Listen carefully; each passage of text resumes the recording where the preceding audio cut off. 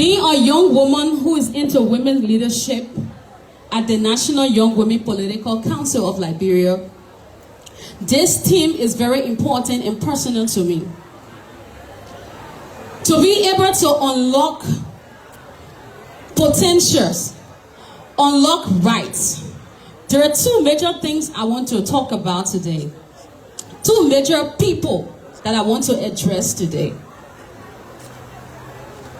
Firstly, over the years, Liberia has made notable strides in promoting gender equality. We have seen women rise to influential positions in politics, business, and civil society. Women have led movements, shaped policies, and championed change. However, despite these achievements, many challenges persist. Women and girls continue to face barriers in accessing education, economic opportunities, and political representation. Gender-based violence remains a significant threat, and the fight for equal pay, fair treatment, and inclusion in decision-making is ongoing. If we are truly to accelerate actions, we must not only acknowledge these challenges, but also work collectively to overcome them. What needs to be done? Strengthening legal and policy reform. And this is to our elected officials. You see, political parties are not just there to let the people, vote for leaders. Our political parties are major when it comes to transforming the country. People that are selected, placed in government position, selected, also focus on the policies that will protect and promote and improve the life of the common people that elected them. Strengthening legal reforms and policies, there are a lot of things on the book right now when it comes to women's empowerment. We are talking about the gender parity. We are talking about the 30% on political parties' tickets. I want to use this medium to appeal to leaders of the Liberty Party to make sure that that bill is passed, to make sure that they use their influence in the House to pass the bill, and that everything works well. So that next election, we will see more women candidates on the ticket of political parties, and that is definitely possible. The leaders are responsible to make sure that the citizens have good education. Our leaders are responsible to make sure health care is accessible to all, and that is your part in the country. That's why you are elected. That's why you are elected. The people here today should not just be used as a tool for your campaigns. The people here today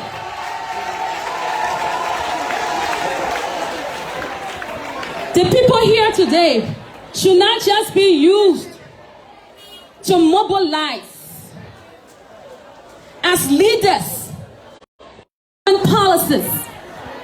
Do what you can do to make sure that women in the rural area have access to economic resources. I'm encouraging political leaders here present that you will use your office to improve the life of the citizens. And I'll move on to the next point.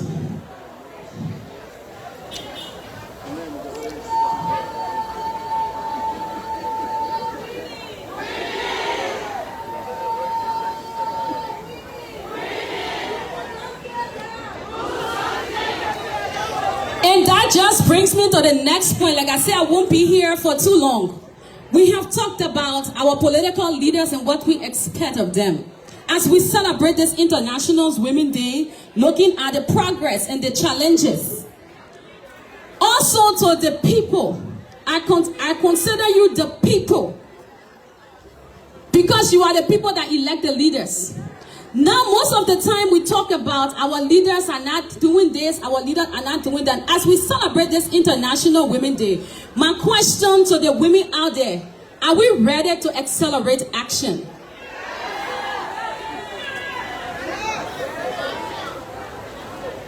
If we are ready to accelerate action, there are a couple of things we must do. We must prepare ourselves. We must invest in education, which is very important. We cannot say we want to be in a political party and hold position after our party wins election, but you do not prioritize education. You are not educated. What can you do? Even if your party wins, they will go look out differently for other people. So sometimes you cannot hold your lawmakers accountable because they're not putting you in the offices. You who are working on the field, what are you doing to empower yourself? What are you doing? What are you learning? That when your party wins election, that they will hold your hands and carry you there. Most time we stay in the communities, our lawmakers are not doing this, they are not doing that, but are you equipped? This is the time, women, that will be more serious than ever before. Empower yourself. Be ready for the change that you want. Empower yourself. Be ready for the change. And education is one. We must also be prepared economically. Invest in yourself. We cannot depend on the government and our political leaders every time. Look, they are just one person over 1,000 of person coming to every day, and you will not expect them to always be in the mood to help. Sometimes we carry by news, but we the people must be intentional about what we want.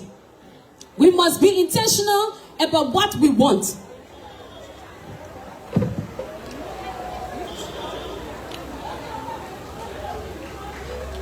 Also, a country cannot truly progress when half of its population is economically disadvantaged. Women must have access to capital, training, market opportunity, investing in women's entrepreneurship, vocational training programs, and financial literacy will create a stronger and more resilient economy. I sat in my seat and I was excited when I heard the Honorable Chairperson, Honorable Ruki Barry, talked about the vocational training program that is going to start. And this is how it should be with political parties. Build the capacities of your people so that tomorrow when you are looking for manpower, you will not look elsewhere. And I hope that members of the Liberty Party will take advantage of this. You will be serious and intentional about it and make the most out of this. There are a couple of things that women need as we go about this International Women's Day, talking about accelerating actions for rights, equality, opportunities. What are some of the things that we are looking forward to? In Liberia right now, young women go through a lot, and I will shift to a young women perspective a little bit. There are a couple of issues affecting young women in Liberia. The issue of digital inclusion, education and digital inclusion. We're talking about accelerating actions for rights and all of these different things. We cannot accelerate actions in the absence of technology. It plays a major part in what we want to do. Nowadays, we see opportunities on the internet for a lot of young women. But how many people in this place right now can proudly say they have knowledge of technology? How can we compete with our counterparts, other countries? How can these people here have the access to education, online education, mentorship, economic opportunities online? It's important. And it's one thing that we should also look at in Liberia as being very important. Digital inclusion for women, especially young women. Yesterday we had the National Young Women Conference, and we had this discussion with the young women talking about issues that they face. And one of the issues that came up was digital inclusion, and that's why I decided to talk about it today. This young lady in Zweju said she saw this opportunity to apply for this training program that was happening in Montserrado County. She wanted to apply. Unfortunately, the internet was cut off. Internet connectivity, bad internet across the country. She could not apply for that opportunity that could have changed her life because of internet access. So there are a lot of things that are slowing down the progress of women in Liberia. If we are to look at the issue of accelerating, we have to look at it holistically. We cannot look at it just from one level. Education, health, access to internet, technology, everything is involved. So today, as I said, I will not be here for too long. I just want to make these few points as I take my seat. The role of political parties in advancing women's rights. Political parties play a crucial role in shaping policies and government structures. The Liberia Party, like all progressive institutions, must take the lead in ensuring that gender equality is the core of its policies. This means supporting women to contest for political office or offices. And how can we do that? By mentoring young women. Mentoring women. I see the potential in the group here today. How many of these people can Liberia Party boast of that could be the next senators and representatives of the districts and counties? Mentorship is important as we accelerate actions for rights, equality, and opportunities.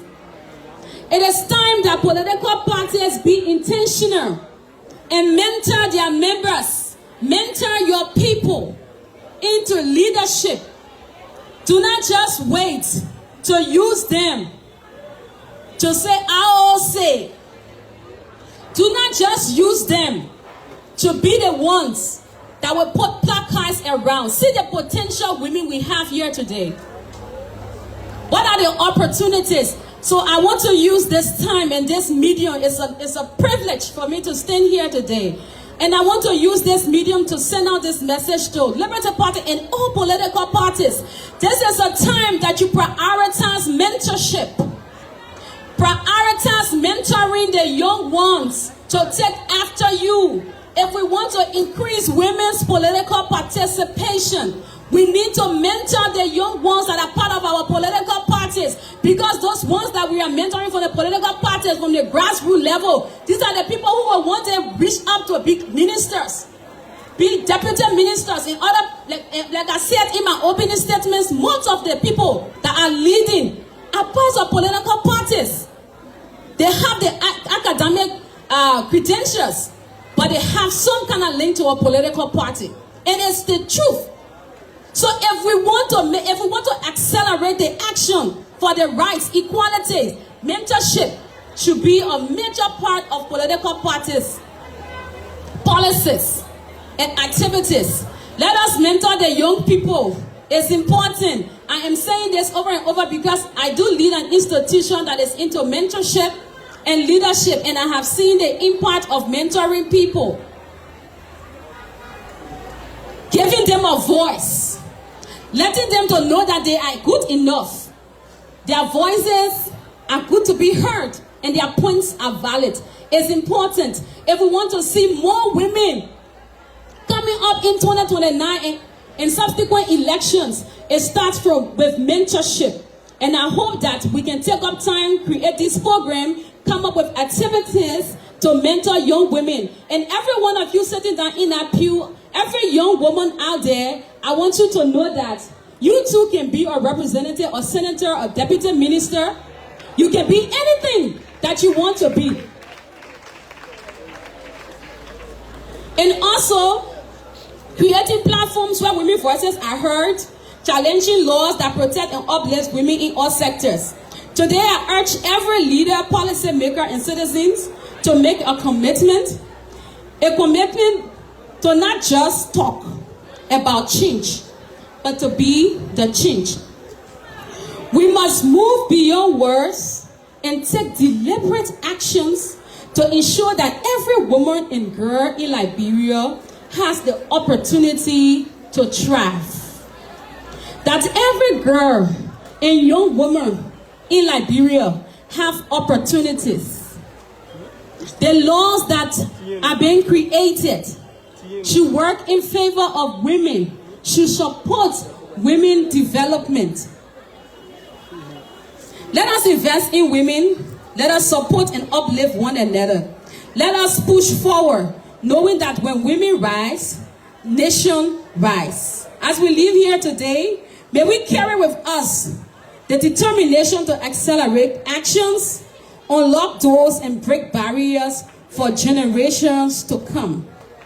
Together, we can shape a future where rights, power, and opportunities for women and girls are realized. Thank you so much for giving me the opportunity to speak here today, and thanks to the leadership of the Liberty Party. Thank you.